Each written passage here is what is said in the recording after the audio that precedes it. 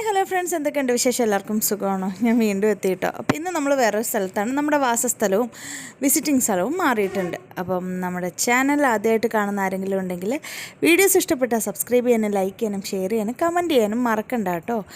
അങ്ങനെ നമ്മൾ ബാക്കു എന്നുള്ള നാട്ടിൽ നിന്ന് നമ്മൾ വീണ്ടും ഗബാല എന്ന് പറയുന്നൊരു ഗ്രാമപ്രദേശത്തിൻ്റെ ഏരിയയിലേക്ക് വന്നിട്ടുണ്ട് കേട്ടോ. അവിടെയുള്ള കുറച്ച് കാഴ്ചകളുമായിട്ടാണ് ഞാൻ ഇന്ന് വന്നിരിക്കുന്നത്.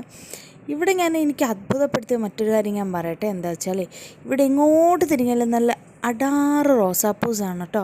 അപ്പോൾ അതൊക്കെ കണ്ടു കഴിഞ്ഞിട്ട് ഇവിടെ ഒരു ചെറിയൊരു ലേക്ക് ഉണ്ട്. ഈ ഒരു ലേക്കിൽ ഇങ്ങനെ ഒരു ബോട്ടിങ്ങും അങ്ങനത്തെ കുറച്ച് കാര്യങ്ങളൊക്കെ ഉണ്ടായിരുന്നു. അപ്പോൾ അതൊക്കെ ഒന്ന് എക്സ്പ്ലോർ ചെയ്യാമെന്ന് വിചാരിച്ചിട്ട് ഞങ്ങൾ കയറി കേട്ടോ.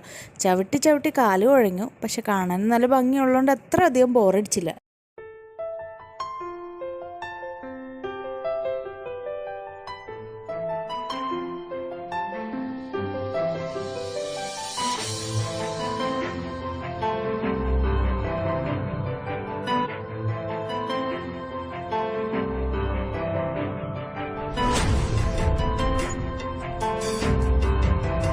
ഞാൻ മുന്നേ പറഞ്ഞ പോലെ തന്നെ അവിടുത്തെ കാഴ്ചകളൊന്നും നമ്മളെ ഒരിക്കലും മടുപ്പിക്കില്ല കേട്ടോ. ഈ ഒരു തടാകത്തിന് അധികം ആഴമൊന്നുമില്ല. നമുക്ക് ആ ഒരു അടിയിലുള്ള ഒരു പായലും കാര്യങ്ങളൊക്കെ കാണാം.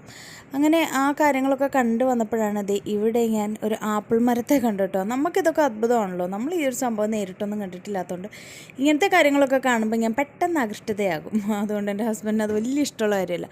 അത് കഴിഞ്ഞിട്ട് നമ്മൾ ഉച്ചഭക്ഷണം കഴിക്കാൻ ഒരു 6 മണിയായപ്പോൾ, സന്ധ്യയ്ക്ക് 6 മണിയായപ്പോൾ വന്നൊരു റെസ്റ്റോറൻറ്റാണ് കേട്ടോ. ഇതൊരു ചെറിയൊരു പൂള് പോലെ ഉണ്ടാക്കിയിട്ടിട്ട് അതിൻ്റെ നടുക്കിലാണ്.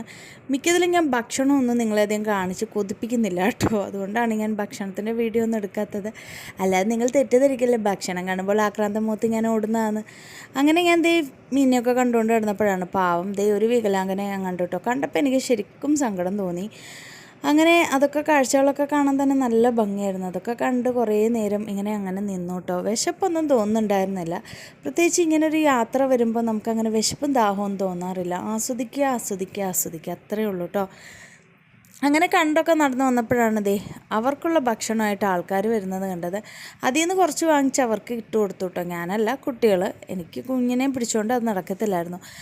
അന്നേരപ്പം തന്നെ ആ പൂളിലുള്ള എല്ലാ മീനുകളും ഒറ്റയടിക്ക് ഒരിടത്ത് കൂടിയിട്ടുണ്ടായിരുന്നു കേട്ടോ. അങ്ങനെ ഇതൊക്കെ കണ്ട് ഭക്ഷണമൊക്കെ കഴിച്ചിട്ട് നമ്മൾ വീണ്ടും അവിടെ നിന്ന് ഇറങ്ങിയതിന് ശേഷം നമ്മൾ പിന്നെ പോയത് ഗബാലയിൽ തന്നെയുള്ള വേറൊരു സ്ഥലത്തേക്കാണ്. അതൊരു വാട്ടർഫോൾ കാണാൻ വേണ്ടിയിട്ടാണ്. അതായിരുന്നു ഒരു 1.5 യാത്ര. എൻ്റെ പൊന്നും മോനെ, അത്രയ്ക്ക് കയറ്റമായിരുന്നു കേട്ടോ.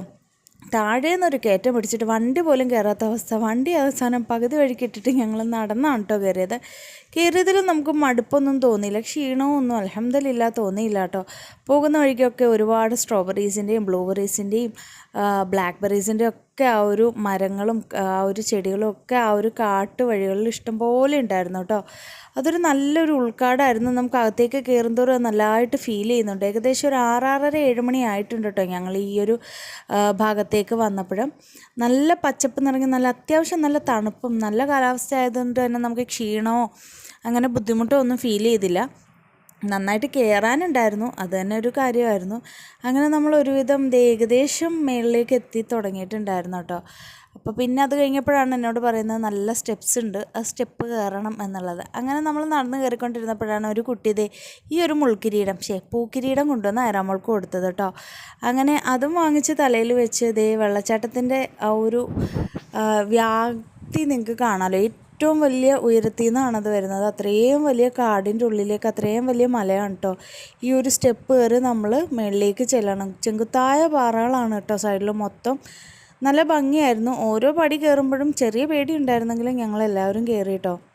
ഞാൻ കുഞ്ഞിനെയും കൊണ്ട് കയറുന്നതുകൊണ്ട് തന്നെ ഭയങ്കര കെയർഫുള്ളായിരുന്നു. ഒരുപാട് ആൾക്കാരുണ്ടായിരുന്നു ഇവിടെ വന്നപ്പോൾ തന്നെ. ഇവിടെ വന്ന് കാണാനാണ് കാഴ്ചക്കാർ കൂടുതലെന്ന് എനിക്ക് ഫീൽ ചെയ്തു കേട്ടോ. അത്രയും ഒരുപാട് ആൾക്കാരെ ഞാൻ ഇവിടെ കണ്ടിട്ടുണ്ടായിരുന്നു. അങ്ങനെ നോക്കിയപ്പോഴാണ് എൻ്റെ പൊന്നെ, നമ്മൾ കയറ്റം കയറുന്നതിനനുസരിച്ച് എൻ്റെ ഹൃദയമെടുപ്പും കയറുന്നുണ്ടായിരുന്നു മുകളിലേക്ക്. അത്രയ്ക്ക് നന്നായിട്ട് നമ്മൾ അണയ്ക്കുന്നുണ്ടായിരുന്നു കേട്ടോ. ഒടുവിൽ കയറി നമ്മൾ ഈ ഒരു വെള്ളച്ചാട്ടം കാണാൻ വേണ്ടിയിട്ടാണ് ഭൂമിയിൽ നിന്നും ആകാശത്തേക്ക് വന്നതെന്ന് പറയാം കേട്ടോ. അപ്പം ഇപ്പോൾ ഒരു സമ്മറൊക്കെ സ്റ്റാർട്ട് ചെയ്തുകൊണ്ട് തന്നെ വെള്ളച്ചാട്ടത്തിൻ്റെ ആ ഒരു അളവ് കുറച്ച് കുറഞ്ഞിട്ടുണ്ട്. എങ്കിലും നല്ല ഭംഗിയുണ്ടായിരുന്നു കാണാൻ. കുറച്ച് നേരം അവിടെയൊക്കെ നിന്ന് കഴിഞ്ഞിട്ട് നമ്മളൊരു ചായ കുടിക്കാനായിട്ട് അതിൻ്റെ ഒരു താഴെ ചെറിയൊരു റെസ്റ്റോറൻറ്റ് ഉണ്ട്. ഇവിടുത്തെ ഒരു കാര്യം എനിക്ക് അത്ഭുതപ്പെടുത്തിയത് എന്താണെന്നറിയോ, ഇത്രയും മുകളിലേക്ക് കയറുന്ന ഇത്രയും അപകടം പിടിച്ച സ്ഥലത്തായിരുന്നെങ്കിലും നല്ല സേഫായിട്ട് അവരെന്താ റെസ്റ്റോറൻറ്റ് അങ്ങനെയുള്ള ചെറിയ ചെറിയ കാര്യങ്ങളൊക്കെ അവിടെ സെറ്റ് ചെയ്തിട്ടുണ്ടായിരുന്നു കേട്ടോ. അങ്ങനെ നമ്മൾ വന്നിരുന്ന നല്ല അസർബൈജാനി ചായയും അതിൻ്റെ കൂട്ടത്തിൽ അവർ എപ്പോൾ പോയാലും ചായയുടെ കൂടെ തരുന്നൊരു സംഭവമാണ് കേട്ടോ ഇങ്ങനെ ജാം, ഇങ്ങനെ എന്താ പറയുക, നമ്മുടെ സിറപ്പിൽ അല്ലെങ്കിൽ തേനിൽ വെച്ചിട്ടുള്ള ആ ഒരു ഫ്രൂട്ട്സാണത്, ഡ്രൈ ഫ്രൂട്ട്സ് അങ്ങനെയുള്ള ജാമൊക്കെ ആയിട്ട് തരും. അതൊക്കെ നന്നായിട്ട് കുടിച്ച് ആസ്വദിച്ചതിന് ശേഷം നമ്മൾ അവിടെ നിന്ന് താഴേക്ക് ഇറങ്ങി കേട്ടോ. കയറി വരുന്ന എല്ലാ വഴികളിലും ചെറിയ ചെറിയ വഴിയോര കച്ചവടക്കാരുണ്ടായിരുന്നു. അവിടുന്ന് കിട്ടുന്ന ചെറിയ ചെറിയ ലോക്കൽ ഫ്രൂട്ട്സൊക്കെ ആയിട്ട് അതൊക്കെ കച്ചവടം ചെയ്യുന്ന ഒരുപാട് ആൾക്കാരുണ്ടായിരുന്നു കേട്ടോ. അങ്ങനെ പതിയെ പതിയെ കാഴ്ചകളും കണ്ട് ആ കാടിനോട് നമ്മൾ വിട പറയാൻ ഇറങ്ങാം കേട്ടോ. കൽപ്പടവുകൾ അങ്ങനെ ഓരോന്നായിട്ട് ഞാൻ താഴേക്ക് ഇറങ്ങി, വളരെ സൂക്ഷിച്ചാണ് ഇറങ്ങിയത്.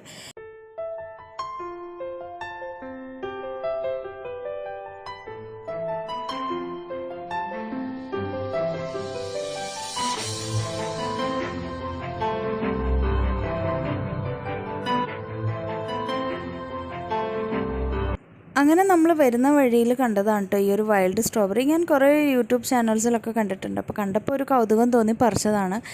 അങ്ങനെ നമ്മൾ ആ കാടിനോട് വിട പറഞ്ഞ് അടുത്ത സ്ഥലത്തേക്ക് പോകാനായിട്ട് താഴേക്ക് ഇറങ്ങുകയാണ്. അപ്പോൾ നമ്മുടെ വീഡിയോസ് ഇഷ്ടപ്പെട്ട ചാനലിനെ ഒന്ന് സപ്പോർട്ട് ചെയ്യാൻ ആരും മറക്കണ്ട കേട്ടോ. ഇവിടെയുള്ള ബാക്കിയുള്ള വീഡിയോസായിട്ട് ഞാൻ ഇനിയും വരും. അതുവരേക്കും ഞാൻ പോട്ടെ, ടാറ്റാ.